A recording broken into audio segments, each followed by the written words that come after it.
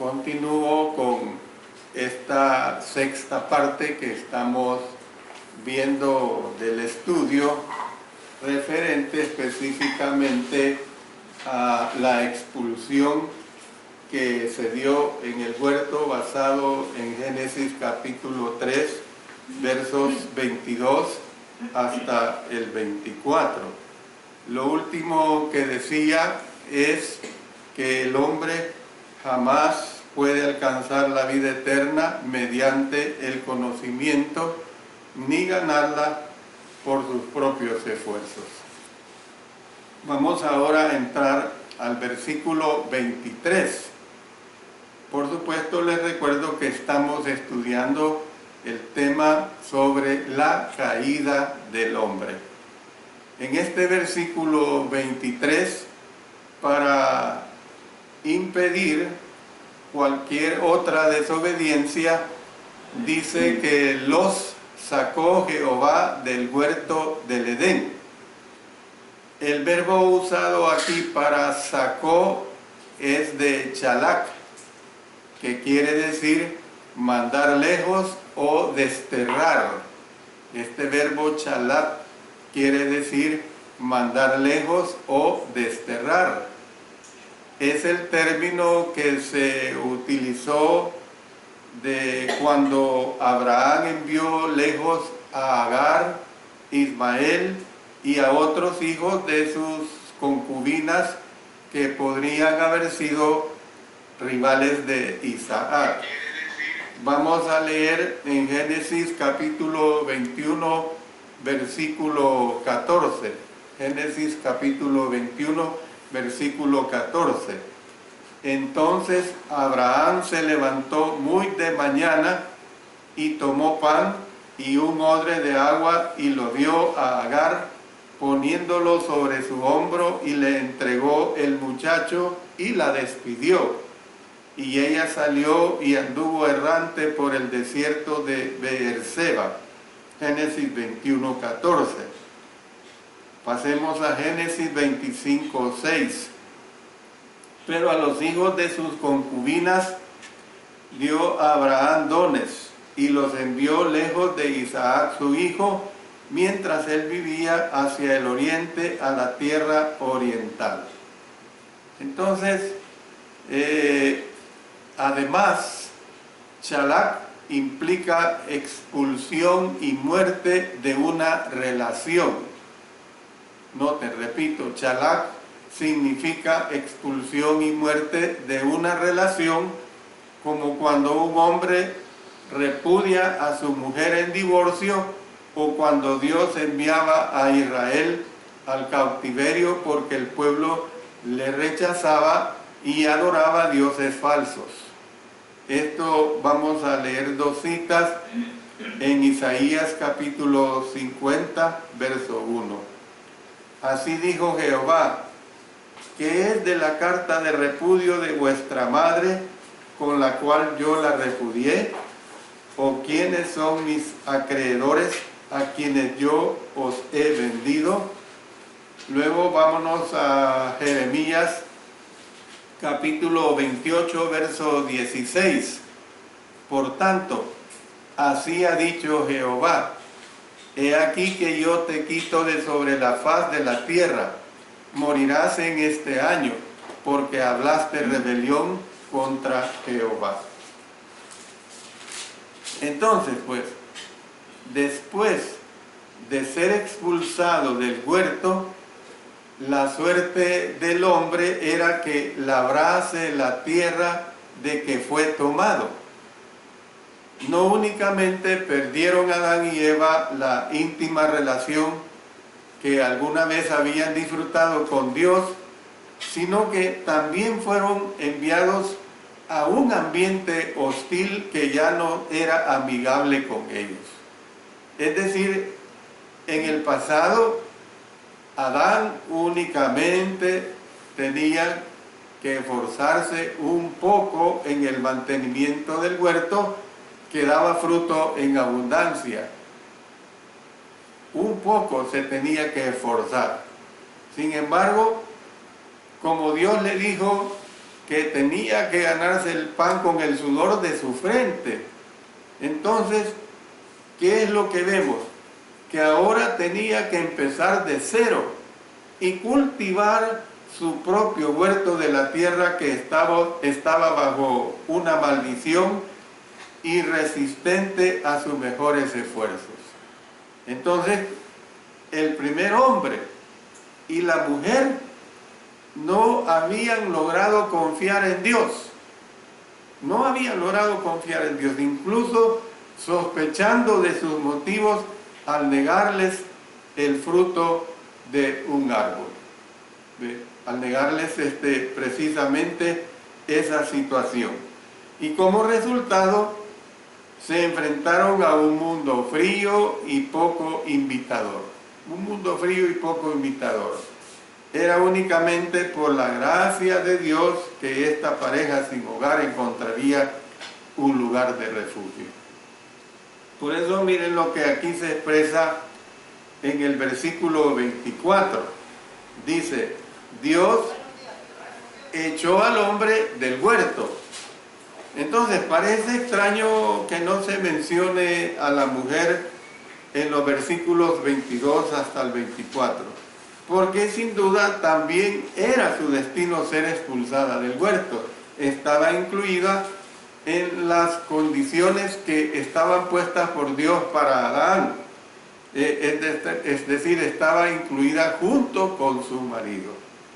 Tal vez se enfatiza el juicio de Dios contra el hombre porque era originalmente, o porque mejor dicho, originalmente fue quien recibió la provisión de no comer del fruto del árbol del conocimiento del bien y del mal. Lo vemos esto recordando en Génesis capítulo 2, verso 17. Otra sugerencia es que era más probable que el hombre tratara de conseguir algunos de los frutos del árbol de la vida y así poder ellos comer y frustrar el castigo de la muerte.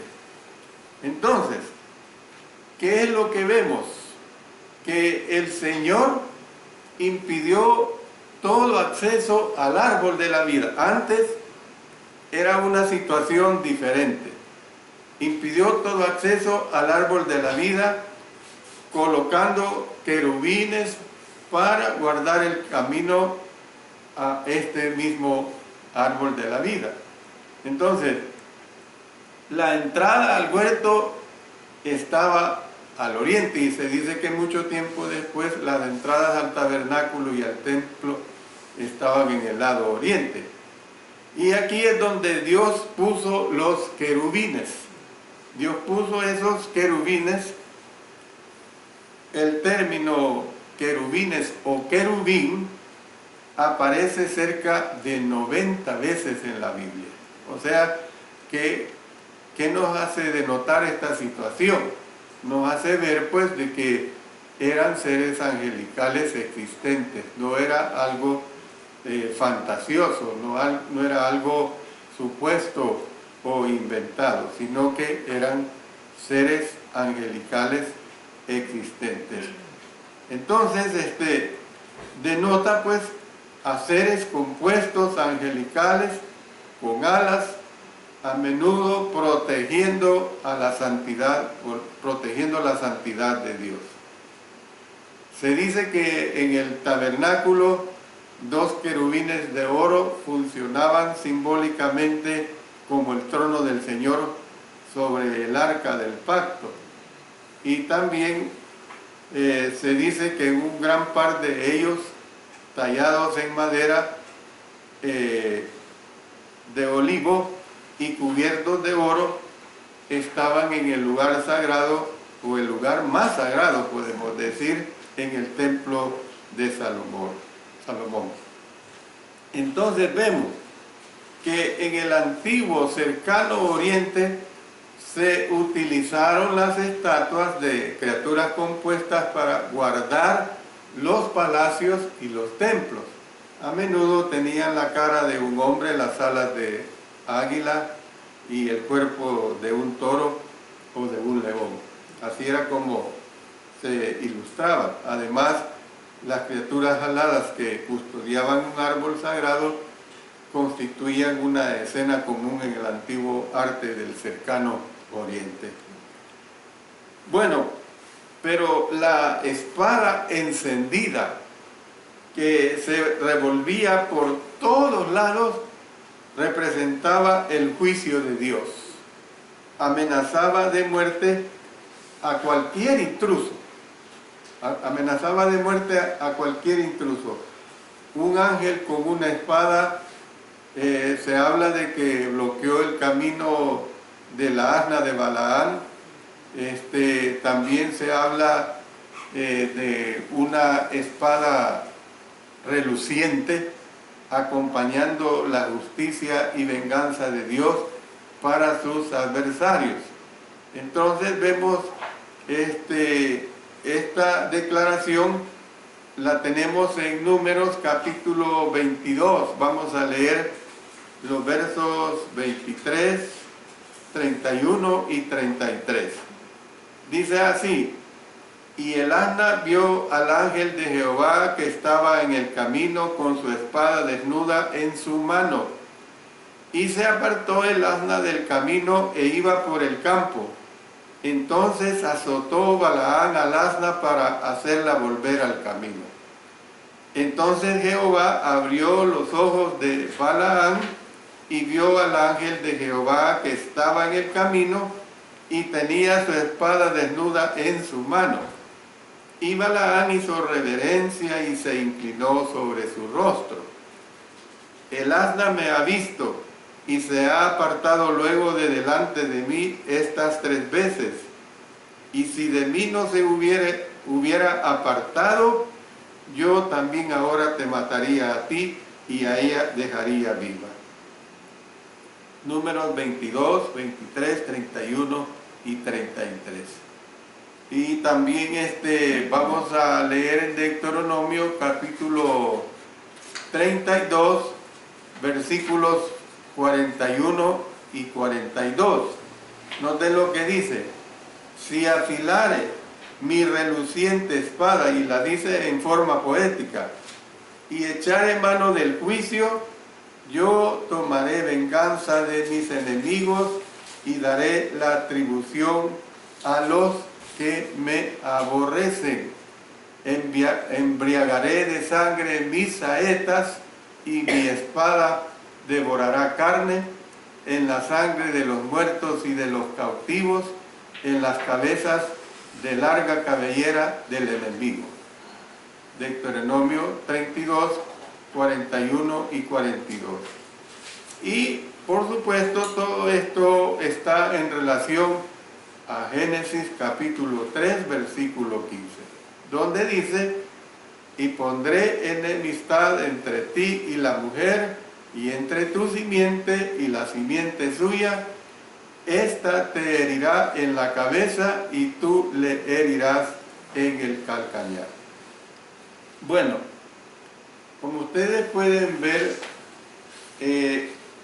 hemos hecho un ligero paseo sobre todos estos acontecimientos que se dieron en relación a la caída del hombre. Hemos visto la tentación y la caída. Hemos visto el encuentro de Dios con la pareja caída.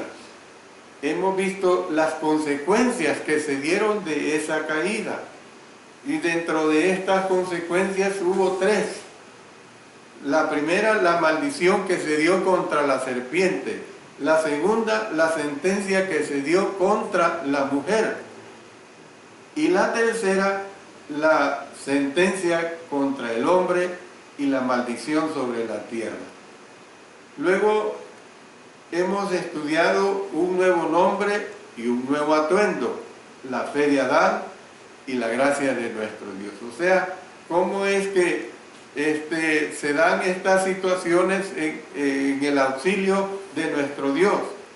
Y por último, nos hemos hecho referencia a la expulsión que se dio en el huerto. Esto es verdaderamente muy trascendental, porque nosotros tenemos que entender esta situación de la caída del hombre, que se refiere específicamente a la caída de Adán, su mujer Eva, porque de esta manera es como se entiende la situación que se dio en relación precisamente a lo que vino posteriormente, que alcanza precisamente a toda la humanidad.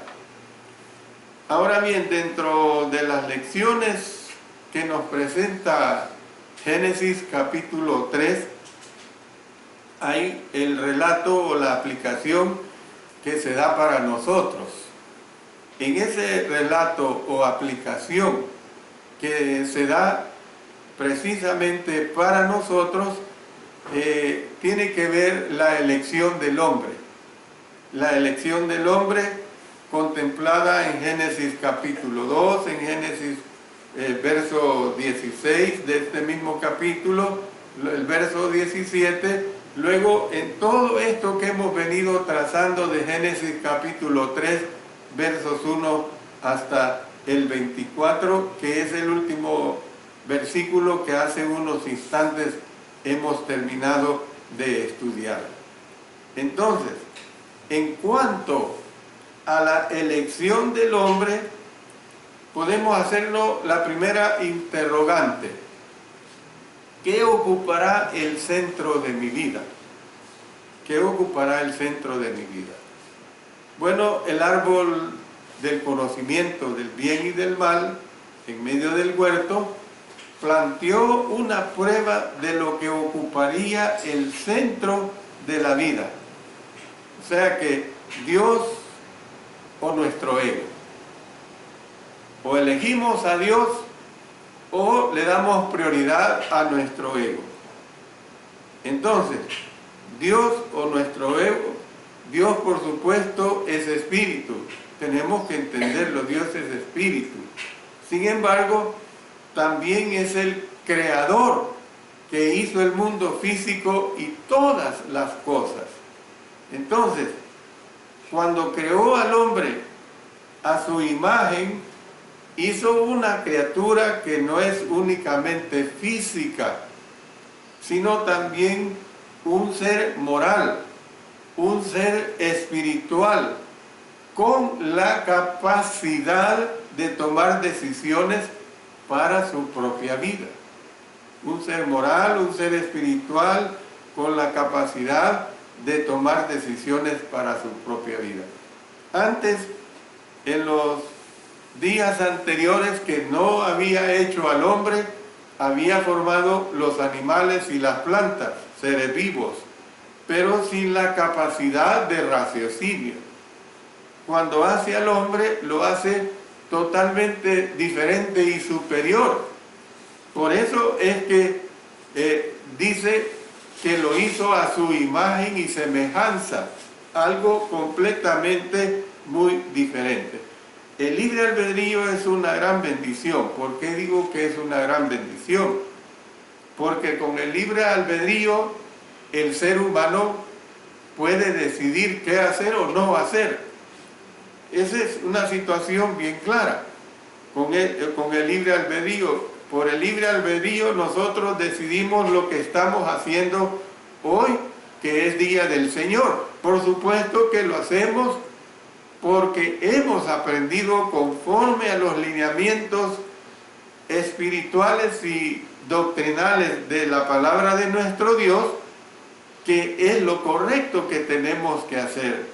Entonces, el libre albedrío es una gran bendición. Sin embargo, también trae responsabilidades aleccionadoras que incluyen consecuencias que surgen de tomar decisiones equivocadas.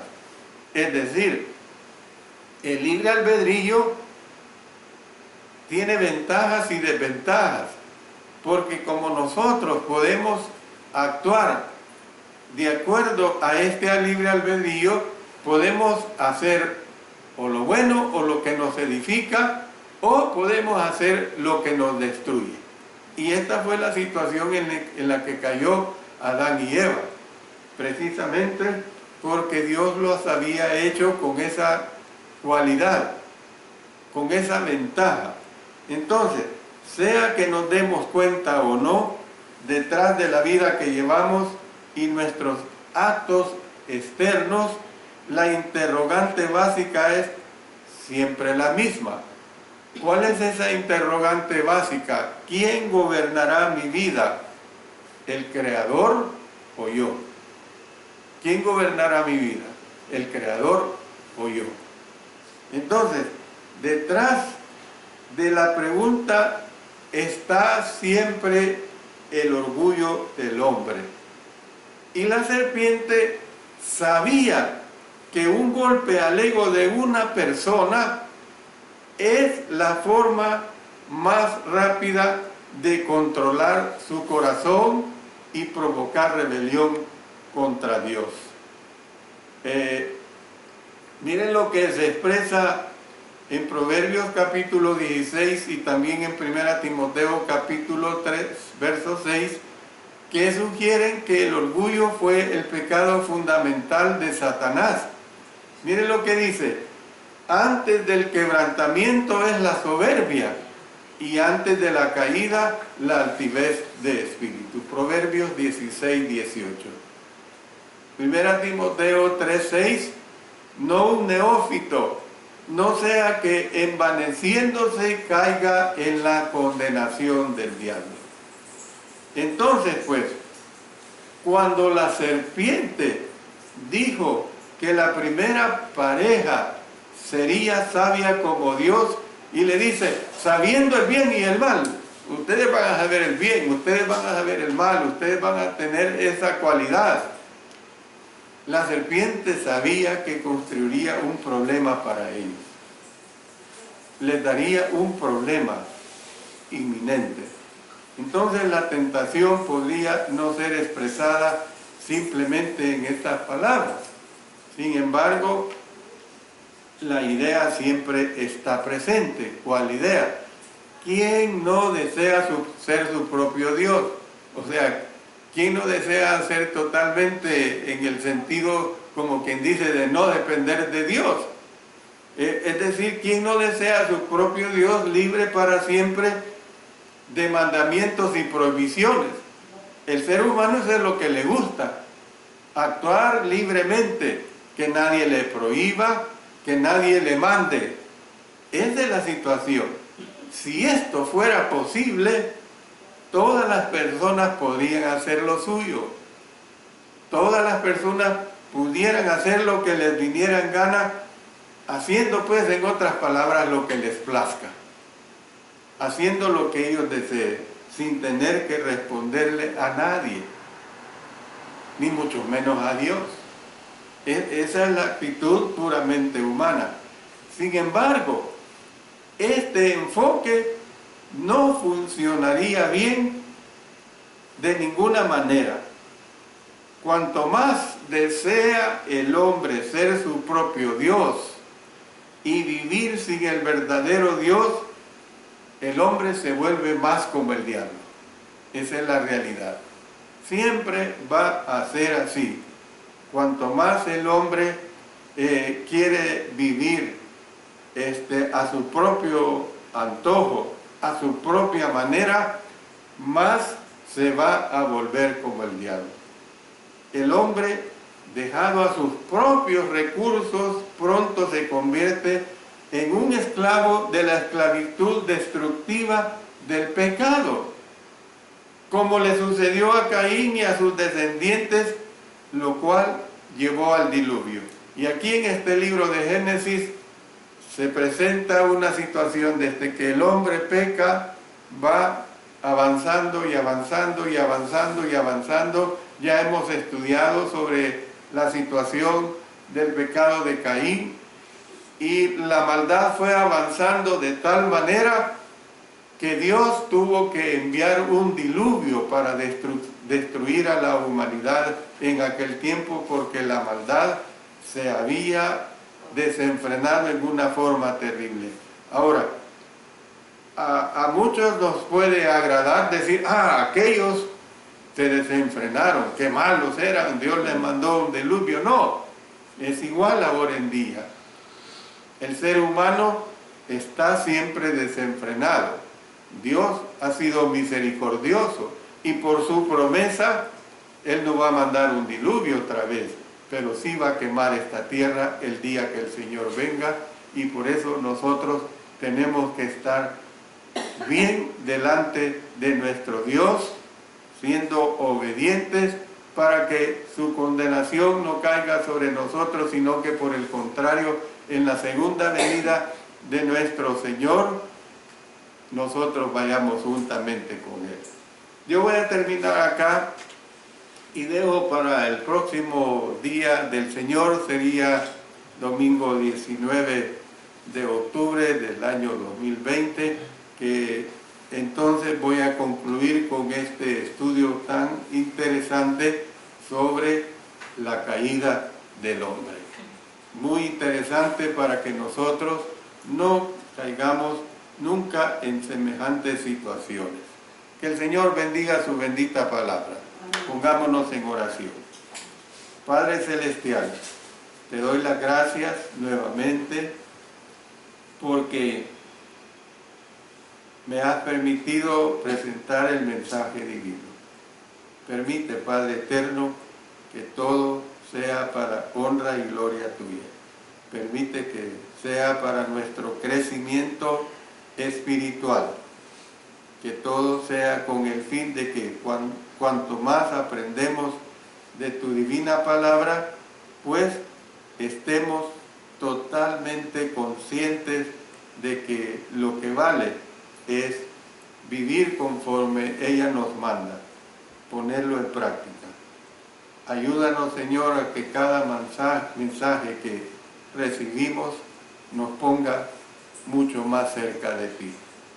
Lo hacemos todo en el nombre de nuestro Señor Jesucristo. Amén. Amén.